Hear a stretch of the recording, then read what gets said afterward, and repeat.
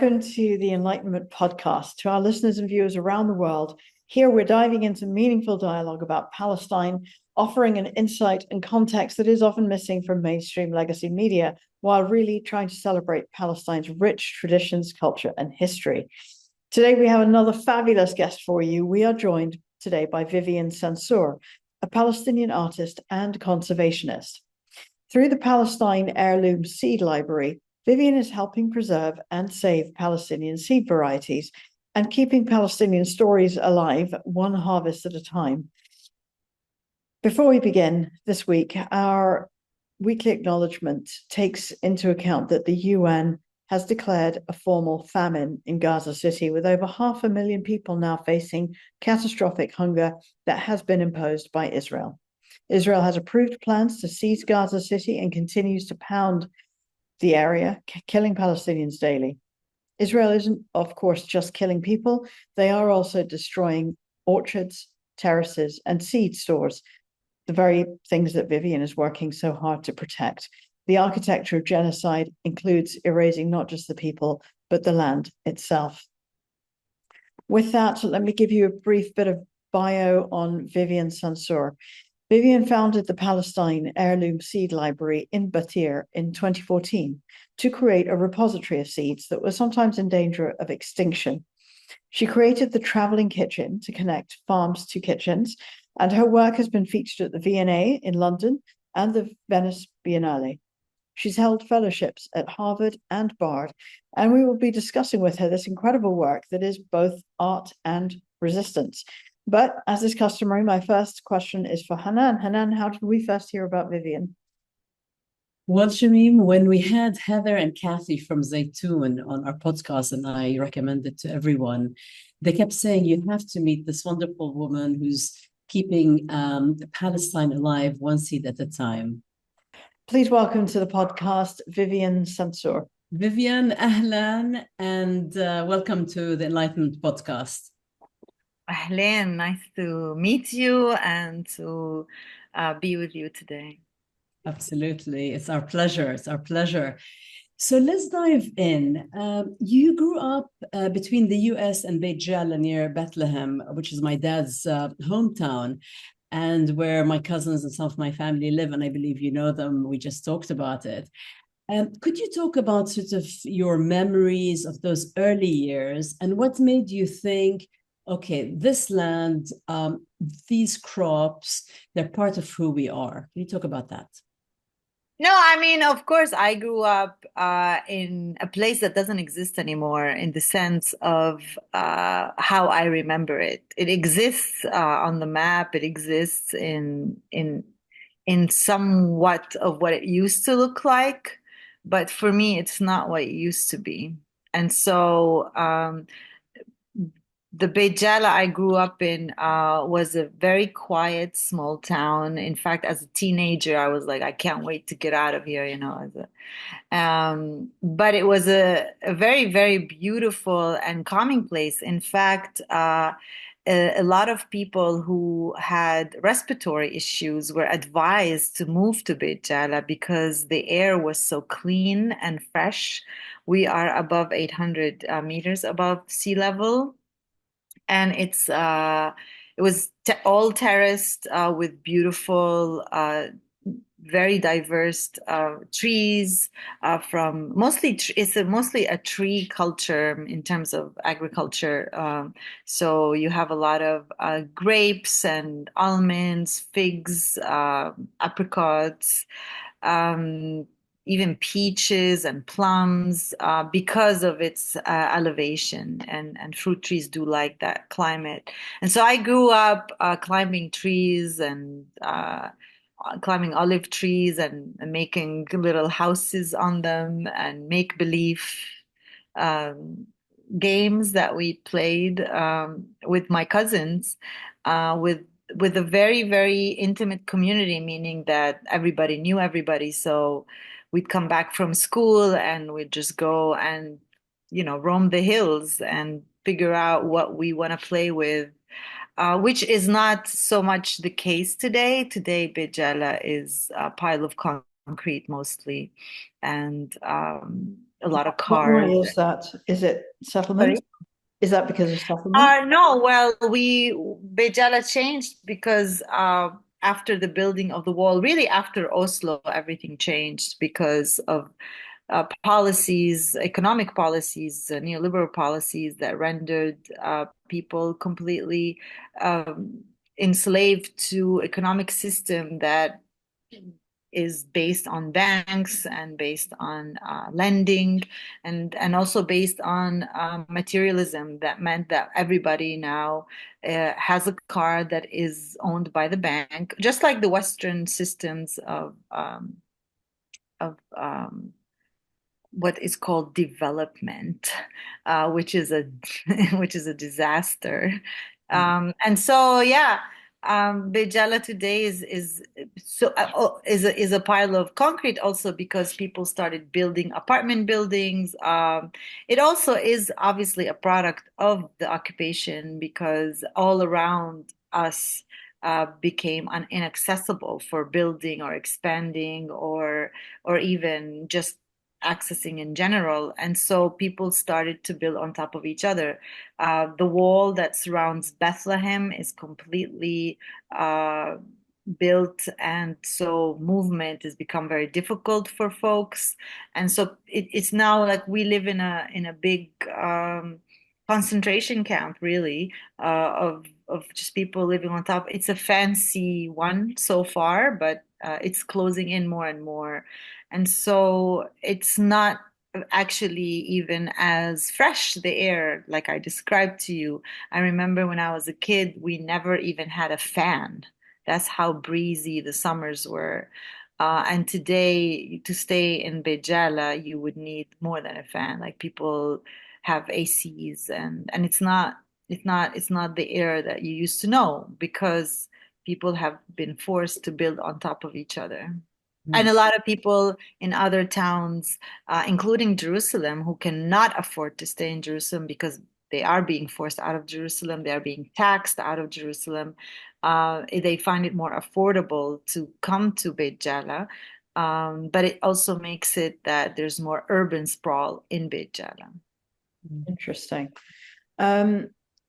Vivien, I'm a novelist, a filmmaker, so stories and those moments when people, the light bulb moment is always very important for me and for Hanan. Talking about what you do with your seed banks, it's not an easy job, I imagine, in those circumstances. Was there a moment when you started to think about seeds as a kind of living library for Palestinian stories? If it was that, was there a moment when that significance clicked for you, however, in whatever way?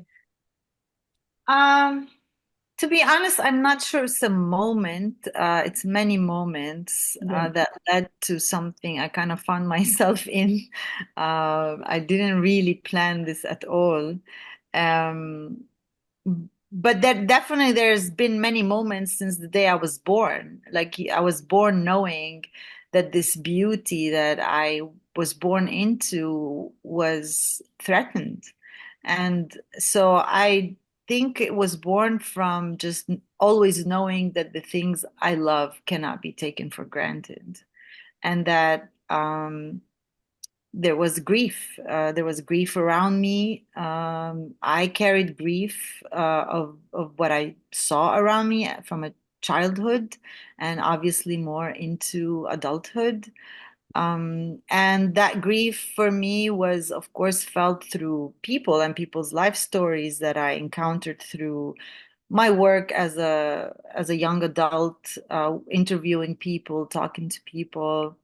But then, of course, as a person who was from a peasant culture who loved plants and trees, and seeing that my world was disappearing one tree at a time, one plant at a time, one dish at a time, and seeing more and more that the things that reminded me of home were slowly disappearing. And so I think there wasn't, like I said, one moment, but my time living in Jenin in the north was very significant in shaping my life, actually, in general. And it's very painful today to see this beautiful place being completely destroyed, its people being completely um, mistreated and their homes taken away. Particularly because Jenin was for me a place that sort of quote unquote survived for the most part when I was there 15 years ago, because it still had enough space to preserve a lot of that diversity. And so I learned a lot about my own culture through living in Jenin, because a lot of the things that we no longer did in Bethlehem, for example, in the south, we were still doing in Jenin. And people of Jenin preserved that much longer than we did, and they still do. Mm. And so I was really rewoven into my own culture through my time in Jenin, and then through the community in Jenin, through the people who allowed me into their homes. And every day I lived there was such a perfect day, because I was introduced to another part of myself, a part of my culture. Every time was a part that seemed more and more precious. Sometimes there were parts I had never known before.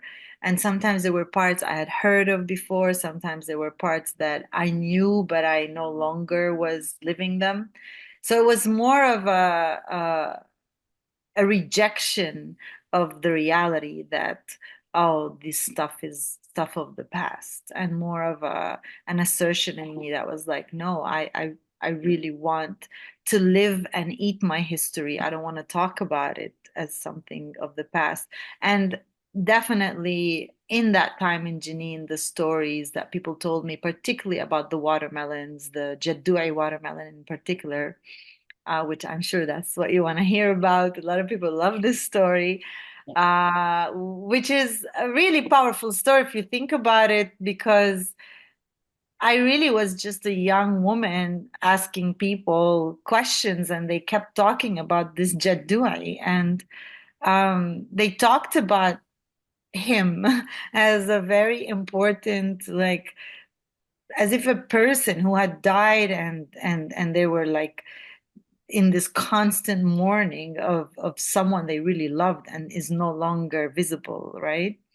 And so I also fell in love with a food crop as also an entity, a spirit that no longer existed, and I was very very hurt and touched and wanted to to live and touch and feel that story that they kept telling me was a big part of our history, which is, that this seed grows with no irrigation. It's a Baal seed, meaning it goes back to thousands of years.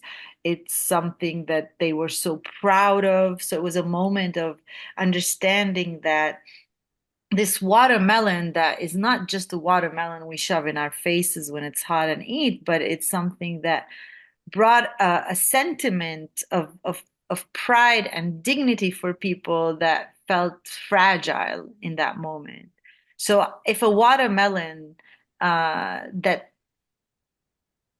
we grow and we eat can make us feel so connected to who we are, then oh my God, imagine if we have 100 other kinds of fruits and vegetables that remind us of who we are. And I understood the power of how one fruit is actually the centerpiece of remembering. So that means that it is a very powerful being, and we should probably love and take care of and bring back to our dinner table. Absolutely. And just for our audience who don't know Jenin, they recently, not even 3 weeks ago, I think they've ethnically cleansed over 40,000 Palestinians who are already refugees. So just to mention that. So Vivien, you talk about the spirit, and before we talk about food and seeds. Let's just go back a little bit to only a few thousand years. So you're a Christian Palestinian like my family. And honestly, most people in the West don't know that we even exist. I mean, Christianity started in Palestine, Jesus was a Palestinian, and yet the Christian evangelicals in the US and worldwide, they support the settler colony of Israel, but with no regard to Palestinians in general, let alone Christian Palestinians. So why do you think it's important for the world to understand that Palestinian Christians not only exist, but are a very important part of the Palestinian fabric and lifestyle? And does that even, and history, and does that even factor into your work? That's just a side thing. I have a lot to say about that. First is that I don't care about a world that deems human beings worthy of living based on their religion. So I don't care.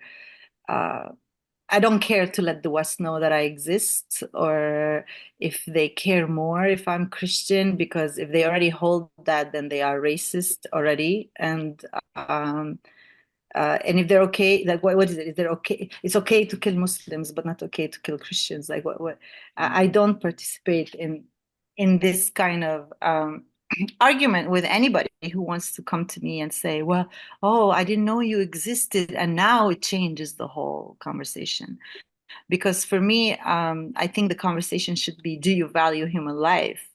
Do you value life? Period.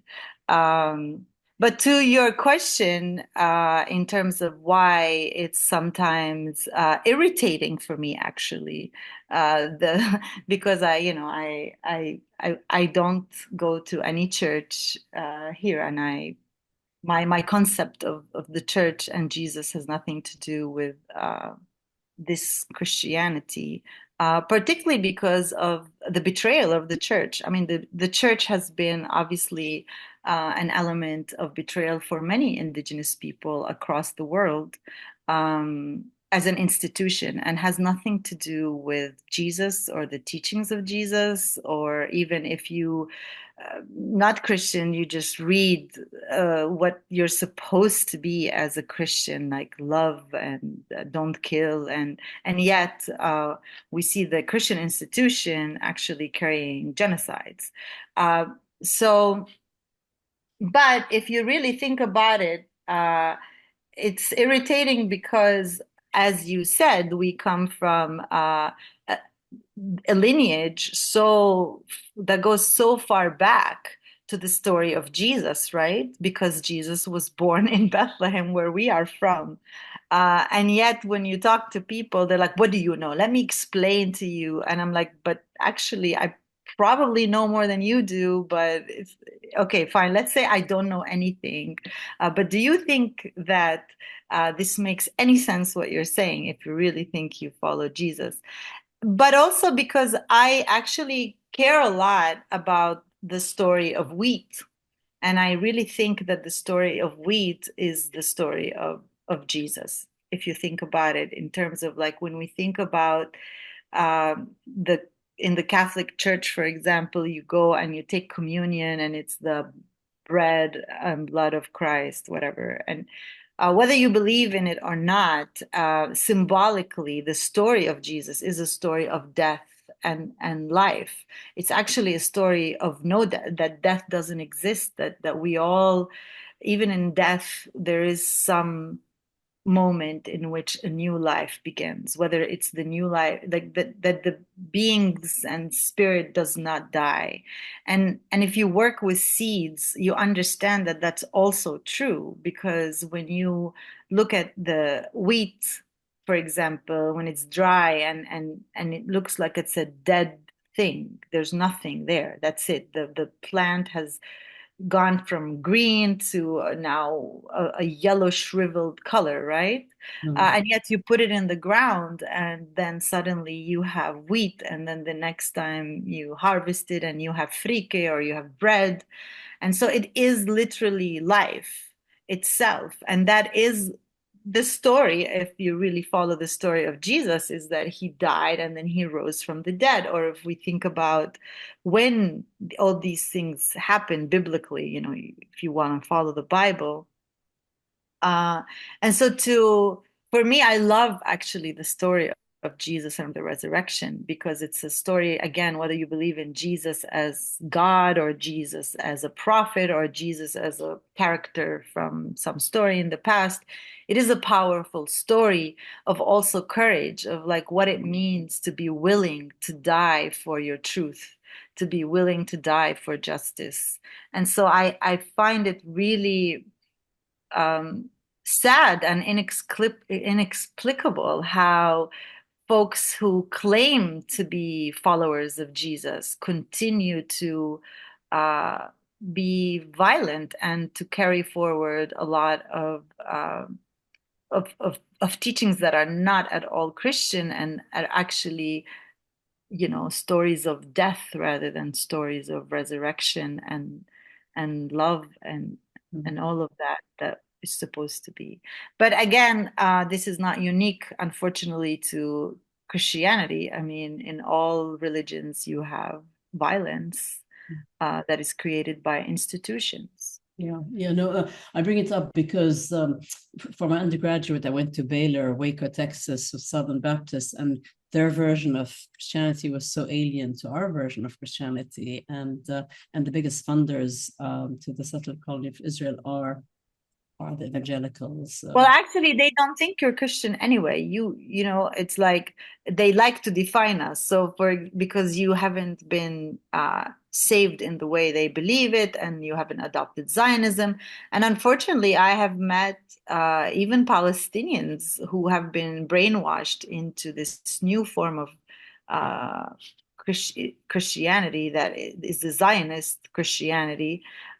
So it's very political, obviously, and it's very tragic, and it's even really tragic if you think even of the history of slavery, and you look at what the church did in places like the Caribbean, where, you know, they of course kidnapped people from Africa, forced them to abandon their spirituality, and then forced them to adopt Christianity. Again, the church was established way after Jesus and has nothing to do with the original followers of Jesus. So it's really obviously a long conversation that I would love to have in more depth. I know this is not the full topic of the podcast, but I understand and share your frustration with a world that claims to be so loving and caring, and yet it's doing the absolute opposite of just the most basic teaching: do not kill. Mm-hmm. Well, I very much appreciate your wheat metaphor. I think it's very beautiful. And if you're one of our newer subscribers listening to this podcast, please go back to a podcast we did with Sandra Watfa about Christian Zionism and the Schofield Bible and the origins of those belief systems. It's quite a rollicking story. Vivien, I wanted to ask you about the advocacy, the work that you do. You're talking about courage a minute ago. Does this work come with a professional cost? Is there tension when you have to navigate between, I don't know, Western institutions while still staying accountable to Palestinian farmers, Palestinian seeds? I don't care about professionalism, so that a matter of freedom. I would like to be as unprofessional as possible. And so I have enjoyed that throughout my life. Well, you talked about the light bulb moment, and I had it early on in my 20s where I decided that this is not the world I want to obey. And so, to be honest, like, I feel grateful that I really don't like. There's not like I'm not. Not that I'm not impacted. Of course, I'm impacted. I live in this world too, but I am not as attached. And so, and one can say it's a privilege. One can say it's a choice, whatever it is. But of course, there are many people who including, you will not, maybe you'll be surprised, maybe not, farmers and farms that used to want to do stuff with us, and now they don't. Okay. For me, it's good riddance. Like, oh, I'm glad that I see your true colors now, and I don't want to work with you either. But to be honest, yeah, it's not a cost that I consider a loss, because I've already before this thought that my life is not about being a professional and having a career. That's not my interest. But I know that it has been impactful. It has impacted, sorry, a lot of people, and very negatively and very harshly, for sure. Also, we haven't, as an initiative and a project, ever accepted any contributions from any institution like USAID or any of those. And so we continue to do what we're going to do, whether we have funding or we don't. And we never took funding from them anyway. It was a big and a very intentional choice, because we can't be talking about liberation and still operating with, people who obviously their agenda is to oppress us and dominate us. Yeah, as you said. I know I'm not saying this to uncomplicate a very complicated reality for a lot of people. And a lot of people I love, including folks doing amazing work, have been severely impacted. It's just that I think it's actually good that this is coming to the surface, so that people can get really clear about who do we actually want to be and how much we are willing to tolerate. A lot of what's happening is because we have allowed so much, we've allowed so much indignity. And so it's important that, like, a lot of folks who were like, oh yeah, I love Palestine or whatever, I want to be free, but it's okay to kind of shake hands with the devil here and there. I mean, is it okay? I don't know. Like, and I think sometimes we're forced to. I obviously, like, when I'm at a checkpoint and my life depends on it, I'm not fighting the soldier right there and then if I want to survive. So sometimes we already have to swallow so much indignity. The question is, I think sometimes a lot of folks don't have to, and yet they do. And that becomes like the real question. Like, yes, of course we have to, unfortunately, in this life, but how much are you willing? And sometimes it's not necessary and you still do. Yeah. And as you said at the beginning, the neo-colonialist sort of attitude of, we give you grants and we give you aid, but it comes at a huge cost and servitude, really. It's not even a cost. It's actually with an agenda to destroy you and dismantle your ability to be free. It is by design. Like, USAID doesn't come to Palestine with these development projects, and the intention is to help you, and yet, oh, okay, but you have to just follow our rules. It's not like that. It is actually coming with the intention to open roads in the name of making movement easier and actually shrink your movement. It's very sinister. We know how sinister this is, and actually, unfortunately, we in Palestine have been forced into that kind of system by pushing us into a corner, pushing most people into a corner. If they want to have a job, if they want to eat, they have to do that.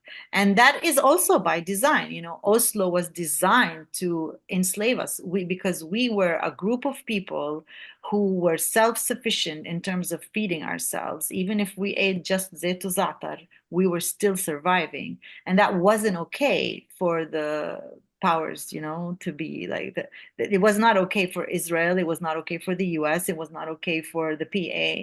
They had to make us and transform us from productive, autonomous people to people who are reliant who are day workers. And they created things like the university in Jericho, which is basically the Dayton University is a university to train people who are just village folk to become killers and torturers, and then make them, which is the same thing they did.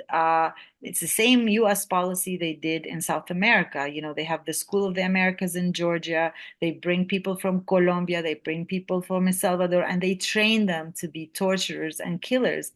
And it does separate people from land, it separates people from their own community, and it creates a situation where you have your own people fighting, so they don't have to do the job, and they say, oh, it's your fault. So when we talk about professional price, it shouldn't be a question to Palestinians, actually. It should be a question to all these people all around the world, particularly the Western world, who claim that they are the free people, right? When they are actually more oppressed than we are, in the sense of like they are the ones transporting, and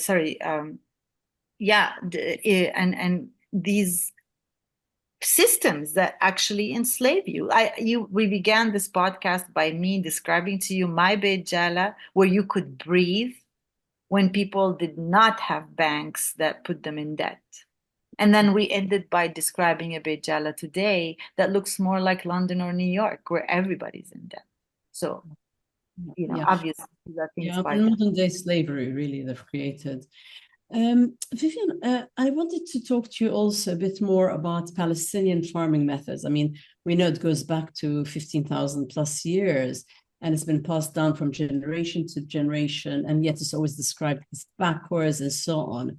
Could you just give the audience a bit of flavor about the Palestinian farming and the context, the heritage, and the agricultural knowledge and regenerative farming that Palestinians have passed on from generation to generation? Well, now it's become very popular and very in the West. But yeah, can you talk a bit about that?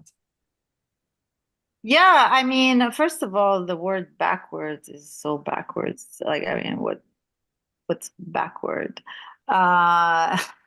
It's funny, backward, but everybody now wants to go backward, to go forward. Well, the for Palestinian agricultural heritage, as you know, we are a center of diversity for wheat and barley. Palestine also is part of the Fertile Crescent. It's one of the places in the world where horticulture started, where people actually started to settle and to grow food and develop villages and communities like that. And it's a place where a lot of the food we eat today that's a staple, in global cuisine, was developed in those areas, including and most importantly, wheat and barley. So people drink beer in London pubs because some crazy people in our backward ancestry developed barley, a barley that has enough in it for you to then use it to make drinks or to make food for animals, for humans. And it all was a process of genius, basically, of research, of imagination, of creativity, of hard work, not just by human hands, but by humans and all the other elements, from soil to water to sun. So our agricultural system was very much sun and soil based. And obviously that also, speaking of US aid projects, has changed into these greenhouse methods that are very damaging to the environment and damaging to the human body and all other living beings. So there's a lot of wisdom to be learned from this, our so-called backward way, including how to be one with your environment and how to approach it with appreciation rather than dominance. So, for example, when you talk to Palestinian farmers, they don't tell you that, oh, my yield's going to be good based on how much chemicals I'm going to put. They say it depends on my service. So understanding yourself as a recipient of the gift of life, not as a as a as a domineering force in life. That's one. And for a lot of people, oh, this is sentimental talk. But actually, this sentimental talk is what kept the world inhabitable for a long time. The unsentimental talk that is very much based on, again, concepts about professionalism and careers and all of that is what's led us to today. Everything you eat is from the supermarket, and the supermarket can be shut down tomorrow, and everything in the supermarket, even if it's labeled organic or whatever, it's still shit compared to having something from a soil that has not been tampered with, a soil that's clean. And so while of course I love science and I love everything we learn every day, and that's part of also being an alive and a dynamic living being, like every microorganism is also learning. You learn that actually our agricultural system that put bread on our table and cookies and everything is a system that there's a lot to learn from in terms of like how do we engage the resources of the world without abusing them, without using too much of what we don't need. And how can we combine these traditional ways and this traditional knowledge with modern science and understanding like, oh, what can we do to make it better, make it easier?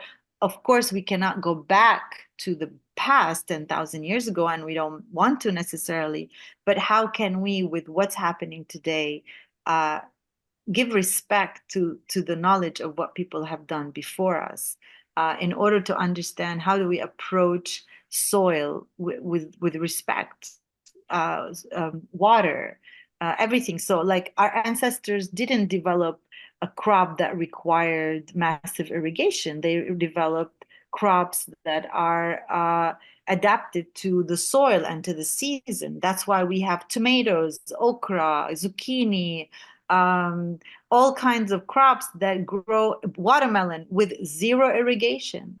It's just about a matter of you understanding and having a relationship with land over many, many years where you actually have a crop that actually knows the soil, as we say in Palestine. And so I think these are very important wisdoms, if you will, that must be not just documented, but must be also demonstrated in real life and lived, so that we can at least have some spaces in which folks who want to um, cherish life and learn from it can have somewhere to go. Because if you really think about the new generation, they're in real trouble. And people talk about, oh, this generation is angry, this generation is lazy. Well, yeah, if I were 20 years old now, I'd be so depressed, because like, what have you left me with? And you talk about everything and you want me to do everything, but you actually left me with a planet that is dying, and we are in a state of hospice. I mean, we cannot even talk about Palestine as an isolated situation. I go off in all kinds of directions. So yeah. No, we love it. We love it. But let's talk about the thing that I agree with you on what's happening all over the planet, but specific to Palestine is there was a Nakba that expelled people, but there was also a Nakba that destroyed agriculture and agricultural systems. Can you talk a little bit about that, the terraces, the seed lines, whatever it might be, that was a kind of, was there a systematic destruction of Palestinian farming? Is that a type of Nakba that is still going on today? Sure. Well, first of all, like a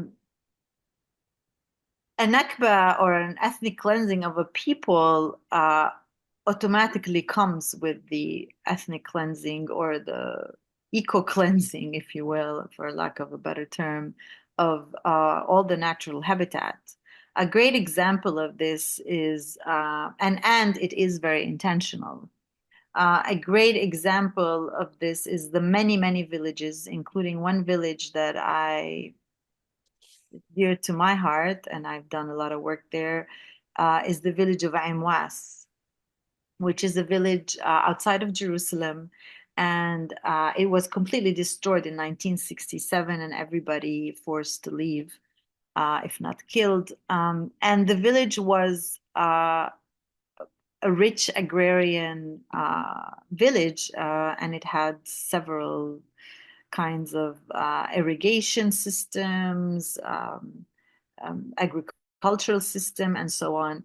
And it was destroyed completely in 1967. And I went many years ago, maybe now, I don't know, 12 years ago, 14 years ago, on a tour that was led by an organization, an Israeli organization that actually was trying to give people tours of like who was here before. You know, they actually acknowledge that their country was built on a genocide.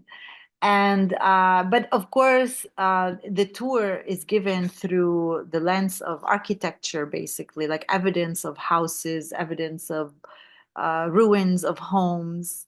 And that's, of course, there because the village was planted over with non-native pine that was sponsored by the JNF, the Jewish National Fund. And of course, people, particularly actually from Canada, sent money to plant trees in Israel. And the village today is, you cannot go to Amwas as the village anymore. You go to what's called the Island Canada Park. And so it's, if you go there, it looks like just a forest, and people go camping there, you know, and whatever, hipsters from New York and other places. And so the village itself does not exist anymore. And so this tour was just showing people this rock is evidence that this pipe looks evidence that there was a Palestinian home here. But then I kind of verged off from the group, and because for me the evidence actually was the agricultural remains, the plants, the trees that tell that there's no way a pomegranate grew in the middle of this forest, or an almond tree grew or a carob in the middle of this pine forest. I mean, it's not even within the realm of possibility if you really think about it. If this was really a forest, then what's the pomegranate shoot doing here? And so I walked around, and just within the limited time I had there, I was able to find more than 19 varieties of plants that indicate that this was an imperfected crime, because the seed of an almond that fell from whatever and kept reproducing, and obviously was such a survivor because it survived all the pine. People who know about forestry know that when you have a pine forest, it becomes very difficult because the soil changes. It becomes difficult to grow almonds and pomegranates or whatever. But they were there, and they were evidence that this was a vibrant agrarian society. And in order for them to completely make their story and their memory disappear, they had to also destroy the trees. They had to also destroy the terraces. They have to also destroy that anybody lived here and had any relationship with the land. And that's still happening. Again, you asked me about a light bulb moment, and I told you there were many moments. Like, obviously, when you realize whether you go to the Jordan Valley or you go to Jenin or in Bethlehem area, that it is systemic. It is by design that trees are erased. There are farmers in the Jordan Valley who, I mean, the Jordan Valley was considered the breadbasket for Palestine, and much of the springs there irrigated vegetables, like very biodiverse farms, actually, eggplants, tomatoes, whatever. And people went to the Jordan Valley to get food. I mean, I as a child, I remember going to the Jordan Valley and coming back with crates of different vegetables. But this is no longer the case. Today, the Jordan Valley has been desertified because you have these um, settlers who are subsidized by the Israeli government to do monocropping farms of dates or whatever. And they do it on top of farms that belong to Palestinians. And the way they do it is, again, by design, is that they make it illegal for you to access the water from the spring. So you have communities that are dying of thirst. And when we say community is dying of thirst because they have to drive to get water to drink, if you barely can get water to drink, you're not going to be planting eggplants that require irrigation, right? And this is how you eliminate a whole history, a whole community, and a whole agricultural system that is literally thousands of years old. Yeah. And I think and during the Nakba, they destroyed more than 530 Palestinian villages and built all kinds of things on top of them. So, and yesterday they just destroyed 8,000 olive trees in one go, and so if you think about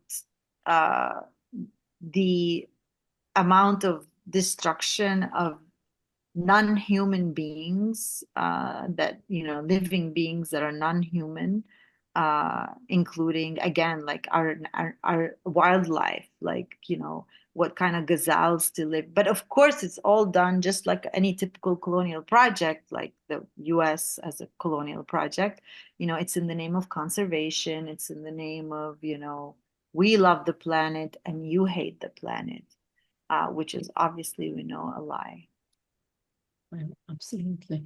And if we also, we're witnessing a live stream genocide in Gaza, and a slaughterhouse. So beyond, if you could talk about beyond, everyday people are seeing dismembered bodies, intentional mass starvation, but they're also, as we talked about just a little while ago, that they're destroying the seeds, the agricultural infrastructure. There's nothing really left.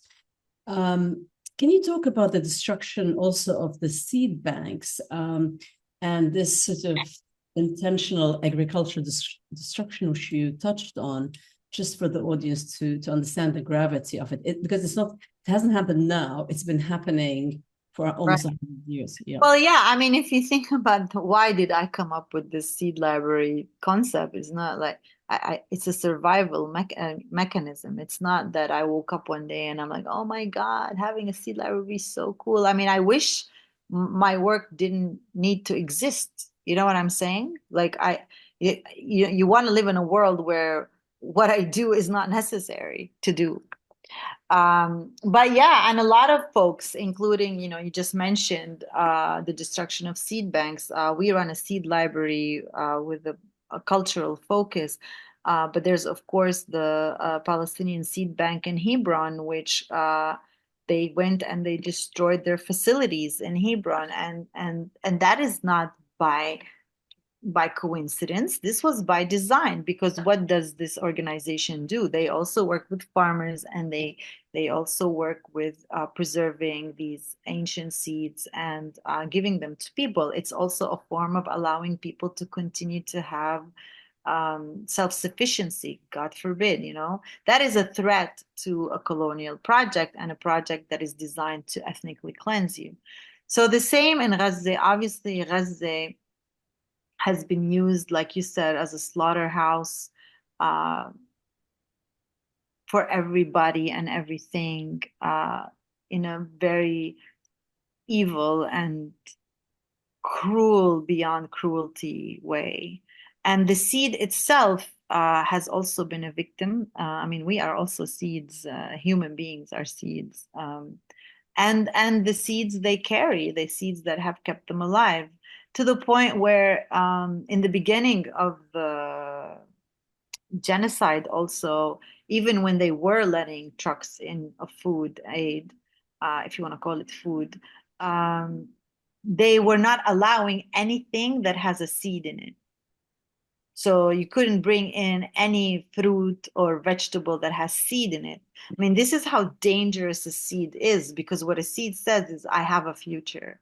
From that little seed, I can make a future. I can survive another day, right? And so it was by design that, again, one of the rules of allowing a truck in was to not have anything that has a seed, nothing like that. And so we've been talking to folks in Gaza, obviously, and sadly, one of the people that a few months ago, or now it's going to be almost a year, young person who salvaged some seeds from his destroyed home and planted them. And he actually got some vegetables and was distributing them. His name is Yusuf Saqr. And sadly, as you may know already, he was targeted and killed for the sole purpose of that he planted a seed in the ground and he gave people food. And he was a young seed himself, a very beautiful person.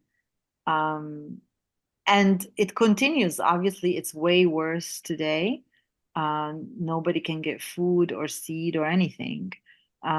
We have been heartbroken, obviously, like I'm sure you have been, just, working in all these years for food sovereignty, for the ability to survive, even if you're being bombed, at least you can eat something, and to have all of this destroyed and to watch your own people being starved to death while they're being bombed. I mean, it's something I don't know if we will ever be able to describe if we survive it. And they take pleasure in it, this intentional starvation and watching people die, slow deaths. I mean, it's beyond evil, really. It's beyond evil. And to think about surviving this is also, it's not something one is able to wrap. I mean, the idea is they're overwhelming us with so much cruelty. Even those of us who are comfortable outside, we're not comfortable. I mean, obviously, it's not the same, but I'm saying that the idea is to destroy your ability to want to live or your ability to believe in anything. And it's a struggle every day, as I'm sure you know, like to wake up and be like, oh, I should have hope. Like where the heck do you have hope? And I guess maybe for me the seeds are a way I've been consoling myself forever. And I've found recently, even though I have been depressed myself and have not wanted to do much at times, when I see, like, for example, recently we got seeds out from Gaza. They were given to us, and we planted them. And we actually, this weekend, we're going to harvest these peppers. They're chili peppers.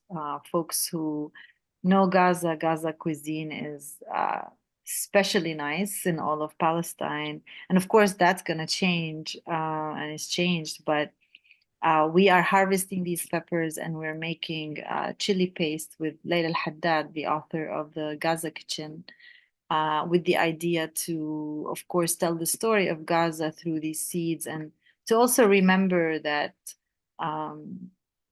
those seeds also seem dead and could never be revived. And here they are. They're gonna feed new people and they're gonna give new life. This is not to say that that the life that has already been lost is not obviously gonna be missed forever. It's just to say that we insist on being alive, even if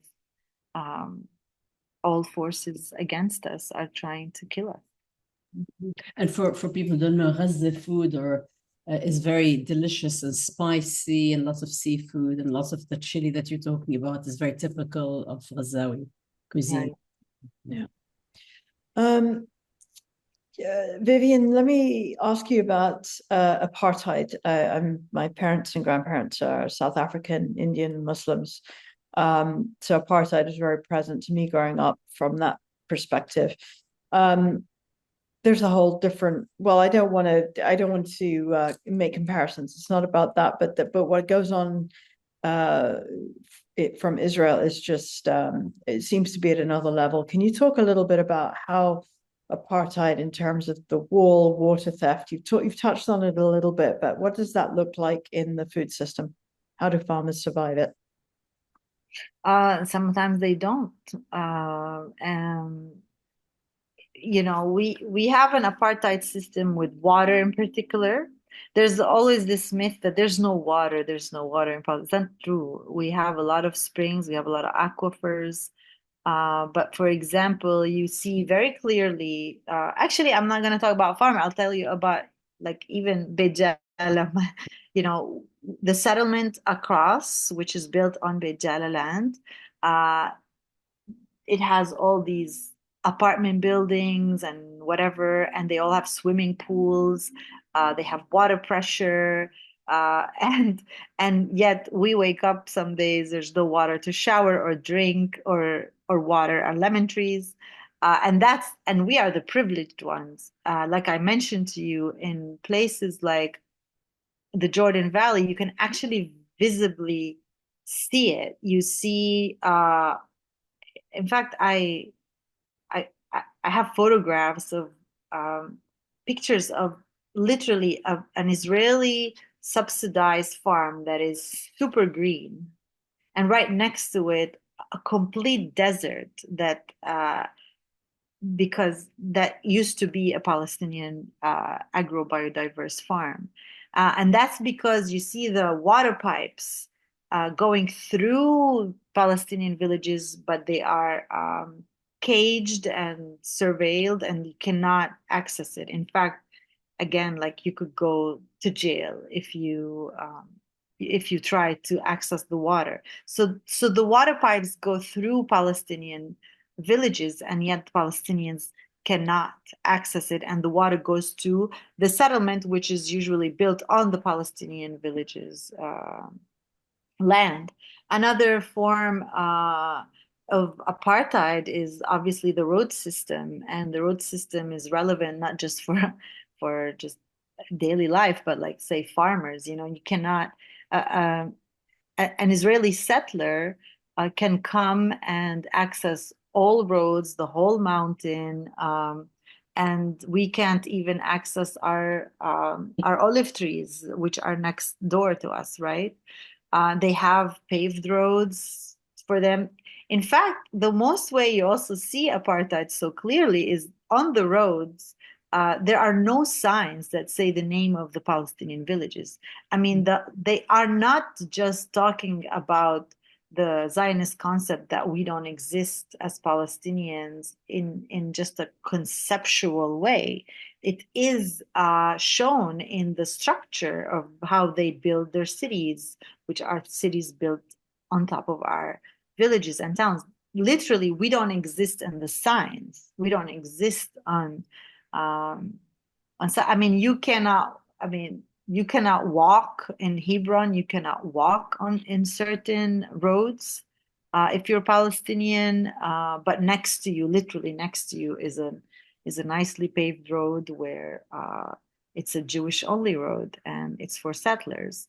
I mean, there are many obviously examples of that, but the road system is definitely, and the water system, the most obvious. And of course, the ID system, our license plates have different color, our IDs have different color. It's all to identify you as a Palestinian. And car license plates. And also the whole propaganda of let's make the desert bloom is really the water theft, which the example you talked about in the Jordan Valley, how they've destroyed Palestinian farms to build theirs, and then say, look what we've done to the outside West. I think they love to brag about what supposedly they did at the cost of Palestinians. But also at the cost of the environment. It's important for people to know, because people love to say that, like you said, Israel made the desert bloom.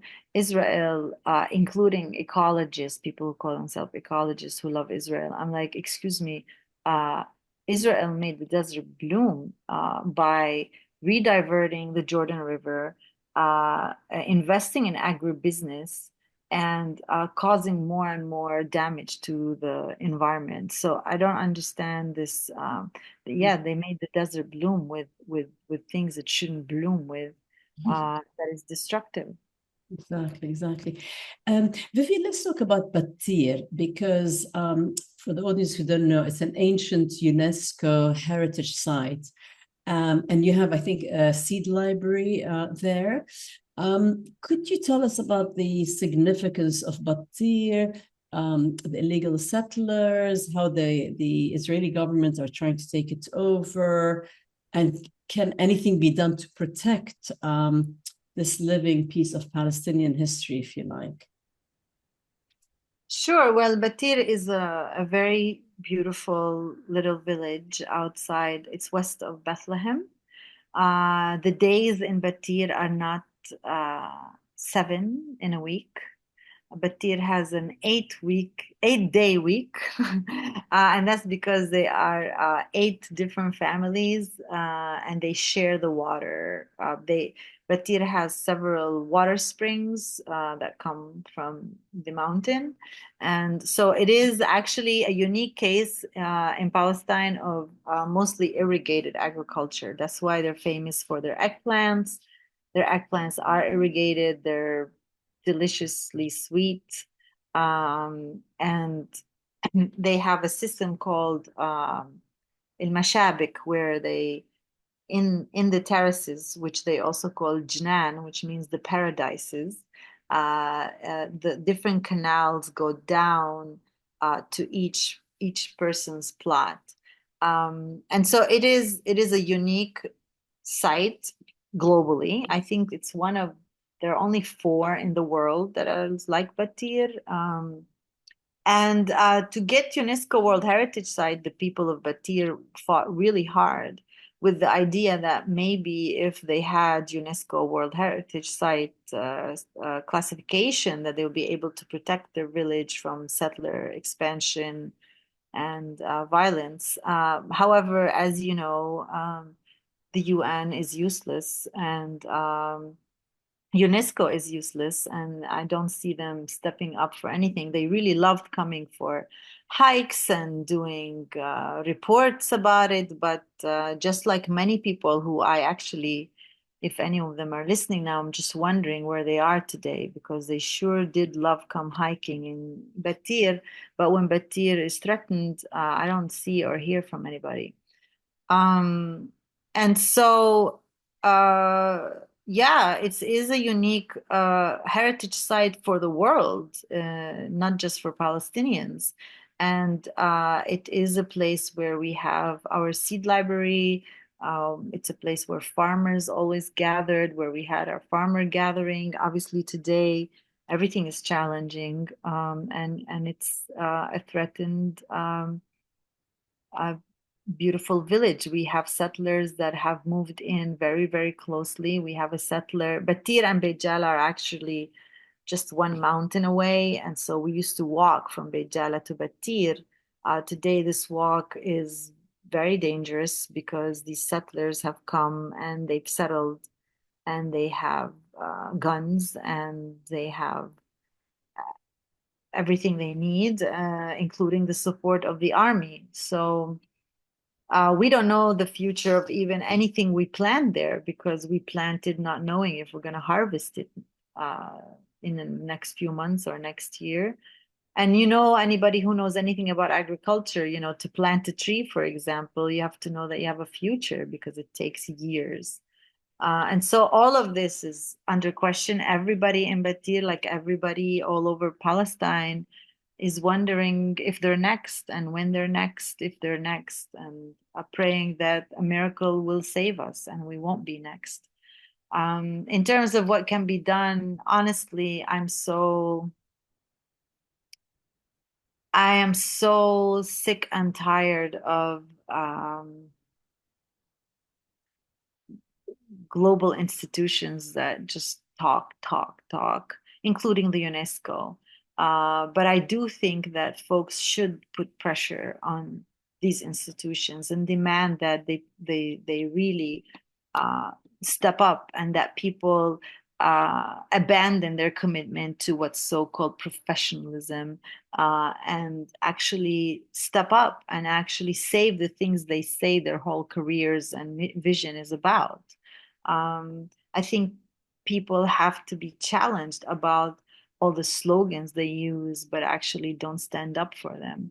I'm really not interested in people having ecological slogans or World Heritage slogans who actually not stepping up for us. And again, like there are lots of people, journalists in Jerusalem, for example. Where are they? I mean, they said they can't access Gaza. That's why they're not reporting on Gaza, which is bullshit. Okay, you're right there. Jerusalem is literally a hike away. And you used to hike it when it was fun for you with your family, all these foreigners. But I don't hear anything. It's crickets.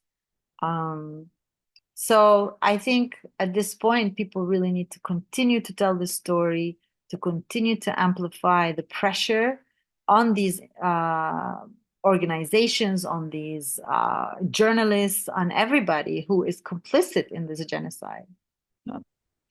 Okay. There's not much, as you said, to be hopeful about at this stage, it feels, but tell us a story, a good one, about a victory that you feel proud of through the Seed Library or the Traveling Kitchen. You've done some amazing things. Can you just give us an example?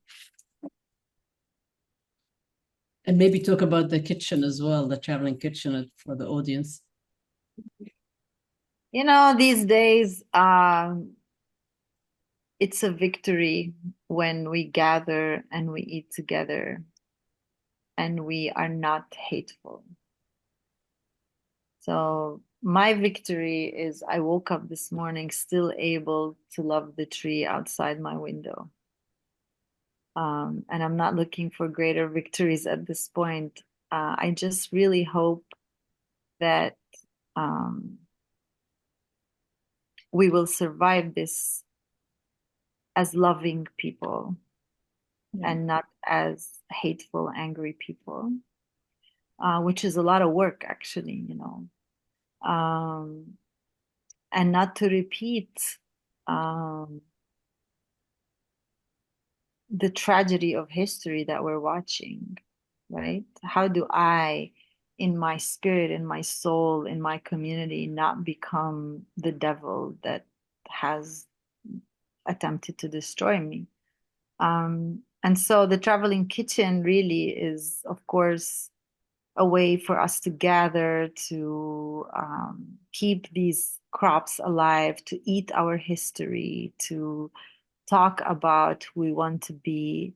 But it's also a tender place for us to be reminded that we are still human and we are not perfect, but we are committed to being a loving people. And that's the only way I want to survive. Well, that's beautiful. You're very poetic, and it goes back to the message of Jesus and love, and which is very hard to do in a time of genocide, if you like. Vivien, let's also discuss a solution, because from my perspective, Zionism is a racist, apartheid, settler colonial project. It must be dismantled. It's not about which party is there wouldn't accept the Nazis to remain in power despite their leadership. So for me, and I'd love to know your thoughts about the future, because for me, I believe in one democratic decolonized state from the river to the sea, with equality, reparation, resource and land restitution, and of course the right of return of all Palestinians as per international law. But can you paint, I mean, that's like the optimistic vision and not everyone shares it. I'd love to know what liberation and justice look like to you for Palestine, and also what does food sovereignty look like in a free Palestine? Yeah, I mean, wallah, Hanan, to be honest with you, I have been very reserved recently about having podcast interviews or anything, partly because I feel like a dinosaur or like someone in my head that I don't even relate to the common discussions that are happening about solution, not solution. A big part of it is like it's very few people that I can sit with and share and feel that, oh, they don't think I'm crazy. But anyway, for the lack of a form of escape right now, I would say that for me, I'm honestly not interested in Palestine as a state. I'm not interested in any state. I'm not interested in any nation state. And if I'm going to fight for something, I am not fighting for a flag. I am not fighting for a government. What I'm really fighting for is a Palestine that is open and diverse and allows the presence of everything and everybody, and that is also not committed to old global ways of thinking. If I'm going to die, like the way you mentioned Jesus didn't die for a small idea. Like if we're going to die like this, my ambitions isn't a state with a like. My ambition is that we would be a force of inspiration for a global liberation. Because you talked about South Africa, you talked about India. Like, you think that genocide is going to stop in Gaza? India is already preparing its genocide already. If unfortunately, if you think about it, they are developing a relationship with Israel very close, and they have a campaign against the Muslims of India, right? And so, what makes us believe that a liberated Palestine means that tomorrow everything is going to be fine? Everything is not fine. Everything is not fine, and not to be cliche, but it's true that if one of us is not free, none of us is free. And to quote actually Christian theology, is if we are all one body of Christ, if one arm is or one leg is limping, then we are not a healthy body. So I really hope that that our story and our suffering and our sacrifices can lead to maybe a new global system that dismantles old ways of thinking. Because if you think that imagining a one state is imagining too much, then why not imagine something beyond that? And to be willing to imagine and to be willing to release this idea that we have to work with what we've got. We don't have to work with what we've got.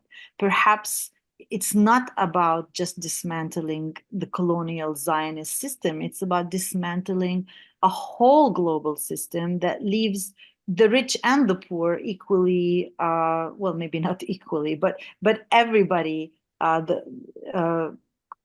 oppressed. People are not free, and most importantly, people are miserable. Look at people who are rich, they have everything, and they work these jobs and blah blah blah. They are miserable, they're disconnected. So if this is the world I'm going to fight for, I'd rather die. And so my solution, if you want to call it a solution, or my proposal rather, or at least I'm not proposing to anybody to follow me, I'm just saying this is what I'm living for, is a vision as crazy as it may sound to everybody, is a vision of a world that's completely redesigned. If we can imagine designing robots, why can't we imagine designing a new way of being? We can imagine, designing all kinds of new things. If I'm going to design and die anyway, I might as well die designing a new way of being. I'm really not interested in states. I'm not interested in this whole shebang. And in terms of food, yeah, I'm interested in figuring out how to make food possible for everybody by also a true return to land rather than this supermarket organic label. Like, I don't care about that. Like, I think it's possible. And I think not everybody has to become a farmer, but everybody has a gift. And if everybody focuses on their gift, and if we create a system where people don't feel like they have to swallow who they are and hide it rather than just give their gifts, I think we would live in a not a perfect world, maybe, but a world that's a little more tender than the one we're living in. So I'm not, again. No, I love that. I love that. And I think you're right. It starts with decolonizing our own minds and letting our imagination loose. We'll of course link everything that you do to your bio, and we can really keep going, but because you're so fascinating. But we'd love to know, could you share with the audience any current work that you're that they can support or look up, whether it's the seed distribution, farmer training, exhibitions, anything, because I know you've done many, and you are doing many things. Yeah, thank you. Well, first, I mean, I hope people can continue to question everything around them, and also continue to try, at least wherever they can, to grow their own food. In terms of what we're doing, since this genocide has escalated to the level it has, we started a project called the Seed Protectors Project, which is an extension of the Palestine Heirloom Seed Library. And what we're doing is we're growing Palestinian food, Palestinian crops with different folks around, particularly the US, but the world. And the idea is that these seeds will take refuge until hopefully one day they can go home. Knowing that, of course, when you travel, you change. They will never be the same. The soil is different. But at least when we grow them, we are also engaging in a default breeding project, because we are developing new varieties and selecting varieties that are adapted to different climates. And with the climate crisis, that's going to be more and more necessary. And so we invite people, if they want to be a seed protector, they can email us and tell us more about where they are and who they are. With that program, if you do, for example, decide to grow something, we do ask you to commit to telling its story and to giving us back seeds. And so this is an important project we're doing, and it actually, you asked me about victories. I mean, I don't know if I like this word so much, but yeah, as something that brings my heart some warmth these days, is this project, because I see Palestine living beyond borders, and its story living in people's backyards, in big farms, in small farms, in people's dinner tables. Recently, we had a conference in February, which was the Organic Seed Alliance Conference, which is a big conference that happened in the US.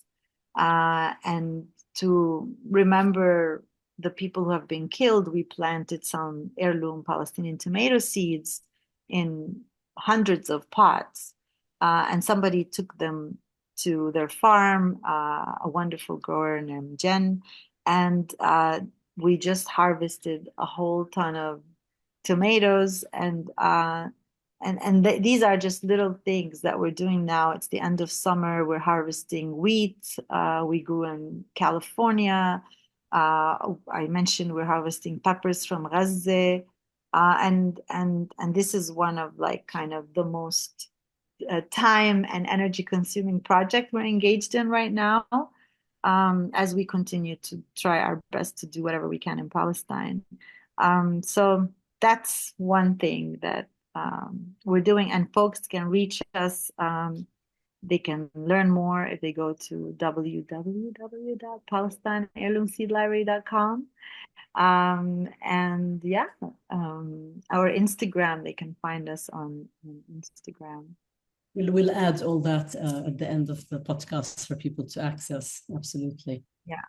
You certainly will. Vivien, thank you for this. Before we wrap, just is there one final message, whether it's about Palestine, about justice, about hope, the world, that you want our listeners and viewers to remember?